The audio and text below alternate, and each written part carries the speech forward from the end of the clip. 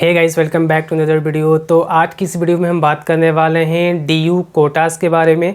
अगर आप दिल्ली यूनिवर्सिटी में 2026 में एडमिशन लेना चाहते हैं, वो भी सीयूटी के कम स्कोर पे, तो आप इन कोटास को अप्लाई कर सकते हैं। और इन कोटास को अप्लाई करने के लिए कौन कौन से डॉक्यूमेंट की रिक्वायरमेंट होती है, क्या क्या एलिजिबिलिटी क्राइटेरिया होता है, इन तमाम पॉइंट्स के बारे में आज वीडियो में बात करने वाला हूँ। मैं बता देता हूँ कौन कौन से कोटास के बारे में बात करने वाले हैं। हम बात करेंगे KM कोटास के बारे में, PM-SSS कोटा के बारे में बात करेंगे, फिर सिक्किमीज स्टूडेंट कोटा के बारे में बात करेंगे। उसके बाद हम बात करने वाले सिंगल गर्ल चाइल्ड कोटा के बारे में बात करने वाले हैं।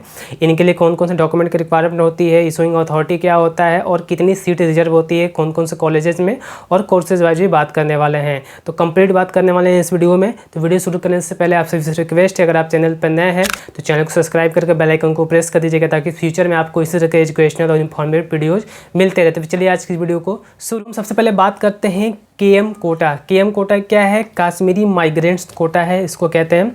और सबसे पहले इसको क्लेम करने के लिए आपको CUT 2026 में अपीयर होना पड़ेगा। अगर आप 26 के अपना एडमिशन लेना चाहते हो, 26 वाले में अपीयर होना पड़ेगा। जितने भी कोटास की बात करूँगा तो ऐसा नहीं है कि आप बिना CUT में अपीयर हुए इसको क्लेम कर सकते हैं, ऐसा नहीं है। आपको किसी भी कोटा को क्लेम करने के लिए CUT में ही अपीयर होना पड़ेगा, तभी आप इसको क्लेम कर सकते हैं। सबसे पहले CUT में आपको तो अपीयर होना पड़ेगा, ये मस्ट है। और इसमें सीट की बात करें तो अप टू 5% सीट रिजर्व होता है सभी कॉलेजेस में। ओके, अप टू 5% से कम भी हो सकता है, 5% तो मैक्सिमम है, इतना सीट आपकी रिजर्व होती है KM कैटेगरी में या KM कोटा में। और डॉक्यूमेंट की रिक्वायरमेंट की बात करते हैं, एक आपको सर्टिफिकेट दिखाना होता है, certificate of registration as KM। वो कौन इशू करता है? डिविजनल कमिश्नर या फिर रिलीफ कमिश्नर, ये दो अथॉरिटीज़ है। अगर ये KM का आपका जो सर्टिफिकेट है उसको इशू कर देती है तो आप दिल्ली यूनिवर्सिटी में KM कोटा को क्लेम करने के लिए एलिजिबल हो जाएंगे।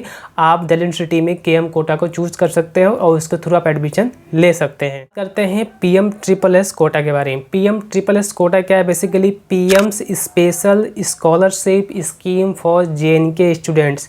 ये जम्मू एंड कश्मीर वाले स्टूडेंट्स के लिए हैं, जो PM प्रधानमंत्री का जो आपका यहाँ पे एक स्पेशल तरह का स्कॉलरशिप होता है, आप उसके लिए एलिजिबल हैं अगर आपने उसको क्लेम कर रखा है, या फिर जो ये स्कीम है इसके अंतर्गत आप आते हो, ऑलरेडी इसमें आप हो, तो आप दिल्ली यूनिवर्सिटी में इसको चूज़ कर सकते हो और इसके थ्रू एडमिशन ले सकते हो।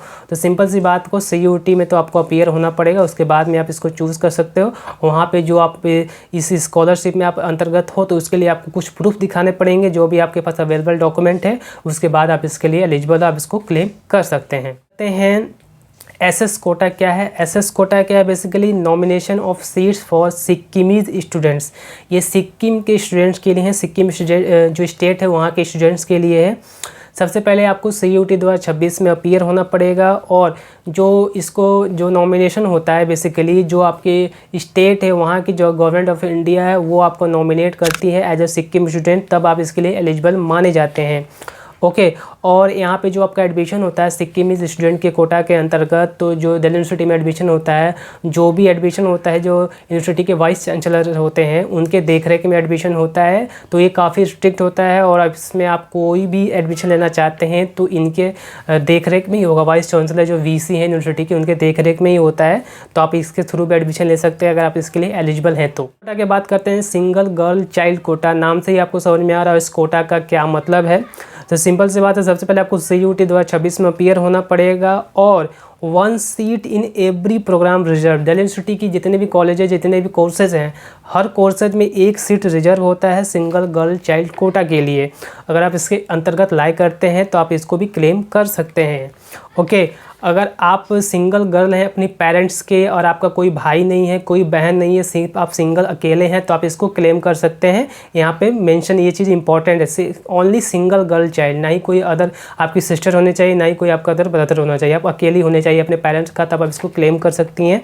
और इसको क्लेम करने के लिए आपको कुछ डॉक्यूमेंट दिखाने होते हैं। सिंपल सी बात है, एक डॉक्यूमेंट दिखाना होता है, वो भी काफ़ी स्ट्रिक्ट होता है, आपको इसमें बनवाना पड़ेगा।